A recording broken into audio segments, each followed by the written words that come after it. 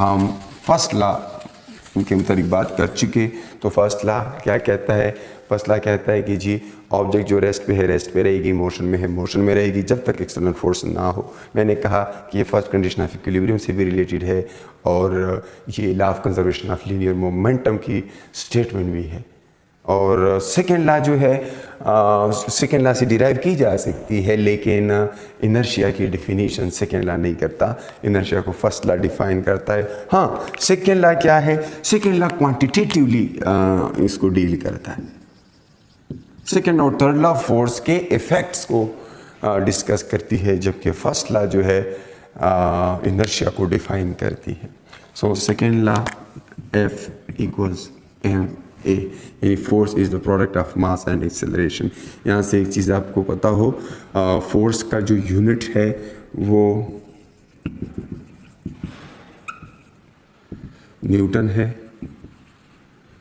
पूरा लिखेंगे, small N से स्टार्ट करेंगे, कैपिटल एन इसके लिए सिंबल यूज होता है। 1 newton is equal to 1 kilogram metre per square of second, ये आता है।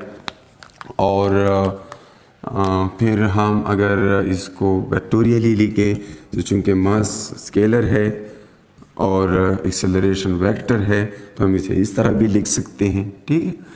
और अगर मैं इसको लीनियर मोमेंटम के साथ रिलेट कर दूं, क्योंकि मैं जानता हूं कि एक्सेलरेशन चेंज इन वेलोसिटी है, so F is equal to m delta v by delta t। Velocity के अंदर चेंज है और मास तो चूँकि कांस्टेंट है तो इसको हम चेंज के साइन के अंदर लिखें या बाहर लिख लें, कोई फ़र्क नहीं पड़ता। ख़ास तौर पे नॉन रिलेटिविस्टिक डोमेन में इससे फ़र्क नहीं पड़ता, तो हम यहाँ पर लिख सकते हैं F इक्वल्स, ये m भी मोमेंटम है तो change in momentum per unit time. और जैसा कि पहले भी मैंने कहा कि अगर एक्सटर्नल फोर्सेस ज़ीरो हो तो delta P by delta T जो है वो ज़ीरो होगा, यानी मोमेंटम के अंदर टाइम गुजरने के साथ साथ जो चेंज आती है वो ज़ीरो होगा। तो यहाँ से आप ये देख सकते हैं कि अगर मोमेंटम में चेंज ज़ीरो है तो मोमेंटम कांस्टेंट है। इसका मतलब है P final minus P initial that is zero, P final is equal to P initial is some P and that is constant. So second law जो है इस तरह से मोमेंटम के साथ रिलेटेड है। फिर यहाँ से फिर हम इम्पल्स को भी डिफाइन कर सकते हैं। अगर आप देखें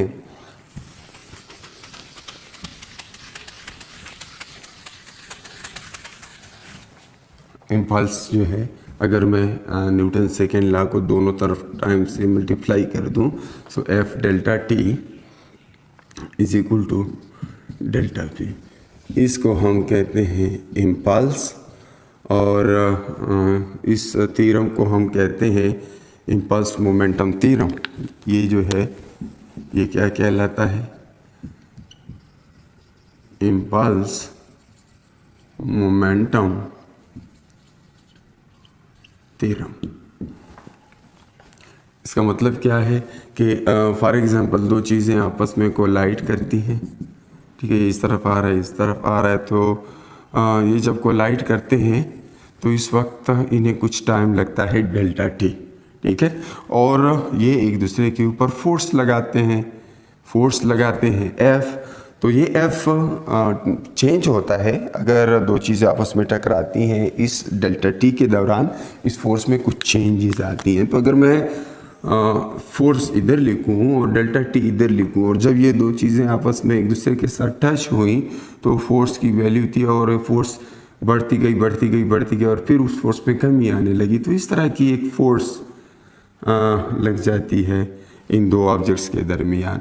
अब फोर्स की वैल्यू चेंज होती रही, फिर एक मैक्सिमम वैल्यू तक पहुंचकर जो है मज़ीद उसमें फिर कमी आना शुरू हो गई और ये टाइम उसे लगा T1 से लेकर T2 तक। और इस स्लोप या इस ग्राफ का जो एरिया है, ये एरिया आपको क्या देता है? मोमेंटम के अंदर चेंज देता है या आपको F डेल्टा T देता है। इसी को हम इम्पल्स कहते हैं। लेकिन मैंने सिंपली एफ डेल्टा टी लिखा है। एफ चूँकि कांस्टेंट नहीं है इसलिए मैं एवरेज फोर्स लिखूँगा। तो ये जो फोर्स है ये एवरेज फोर्स होता है, क्योंकि इस दौरान फोर्स की डिफरेंट वैल्यूज़ आपको नज़र आ रही हैं, इसलिए average force multiplied with time that is impulse. तो यहाँ से इंतहाई इंटरेस्टिंग एक चीज़ आपको नज़र आ सकती है कि आइसोलेटेड सिस्टम के लिए तो चूँकि मोमेंटम कंजर्व होता है, तो जब सिस्टम आइसोलेटेड हो तो फिर हम ये दावा कर सकते हैं कि F delta T is equal to delta P ये एक कांस्टेंट होगा। और अगर इस किसी भी पर्टिकुलर कोलिजन के लिए आप ये एज्यूम कर सकते हैं, तो फिर अगर इसमें एफ डेल्टा टी को देखा जाए तो डेल्टा टी ज़्यादा होगा तो फोर्स कम होगा, लेकिन अगर डेल्टा टी कम होता है तो फोर्स बढ़ जाता है। इसका मतलब क्या है? इसका मतलब ये है कि आपने देखा होगा कि जब हम किसी ऊंची जगह से नीचे छलांग लगाते हैं तो अपने लिए कोई नरम जगह रखते हैं। वजह ये होती है कि किसी नरम ज़मीन पे आप गिरते हैं तो उसमें टाइम ऑफ कांटेक्ट ज़्यादा होता है, तो टाइम ऑफ कांटेक्ट ज़्यादा होगा, फोर्स कम महसूस होती है। ग्लव्स हम पहनते हैं या फिर बॉक्सिंग के लिए हम हेलमेट वगैरह पहनते हैं या फोम रखते हैं नीचे जब रेसलिंग कर रहे होते हैं। इस तरह बहुत सारे जिम्नास्टिक में हम फोम रखते हैं, गाड़ियों में एयर बैग्स होते हैं, बहुत सारी जगहों पे हम इसका इस्तेमाल कर रहे होते हैं। तो जब डेल्टा टी यानी टाइम ऑफ कांटेक्ट, दो चीज़ों का टाइम ऑफ कांटेक्ट ज़्यादा होगा तो वो फोर्स कम होगी। क्यों? क्योंकि ये एरिया अगर मैं कांस्टेंट रखूं तो एरिया कांस्टेंट रखूंगा तो फिर मुझे क्या करना पड़ेगा? एवरेज फोर्स ले लेता हूँ। ये फॉर एग्जांपल एवरेज फोर्स आ जाता है यहाँ से यहाँ तक, तो फिर आप देख सकते हैं ये फोर्स कम है उस फोर्स से। तो इस वक्त क्या किया है? अगर मैं टाइम ऑफ कांटेक्ट ज़्यादा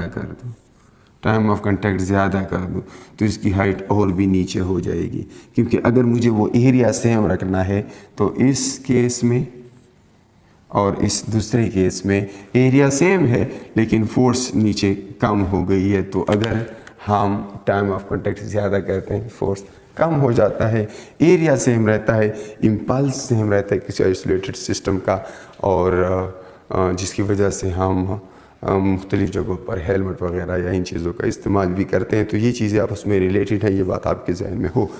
फिर न्यूटन सेकेंड लॉ पे मैंने एक दो प्रॉब्लम्स ज़रा मैं डिस्कस कर लूँ।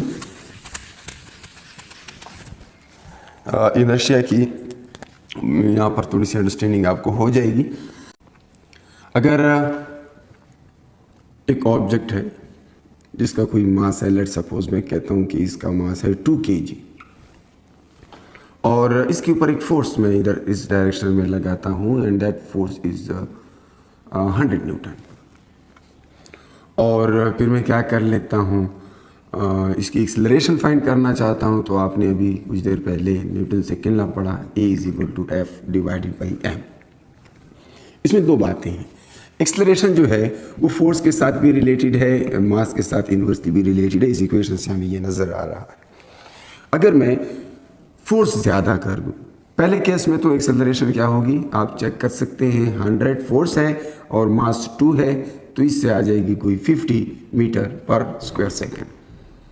लेकिन अगर मैं सिचुएशन थोड़ी सी चेंज कर दूँ, फोर्स को मैं 200 कर दूँ, तो फोर्स को आप 200 करेंगे तो फिर आपके पास एक्सेलरेशन डबल हो गई। तो फोर्स डबल किया, एक्सेलरेशन डबल की। ये कब? जब आपने मास को कांस्टेंट रखा। अब आप क्या करते हैं, अब आप इस दफ़ा थोड़ी सी सिचुएशन और भी चेंज कर लेते हैं। फोर्स भी डबल किया, साथ में मास भी डबल किया, 4 किलोग्राम का कर लिया।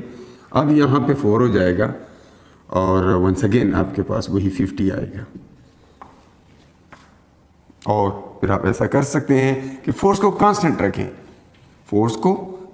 रखें, लेकिन मास को हम मज़ीद चेंज कर देते हैं और उसको 1 किलोग्राम कर लेते हैं। इसको कम कर दिया इस दफ़ा, तो मास को 1 कर लिया तो एक्सेलरेशन 200 हो जाएगी।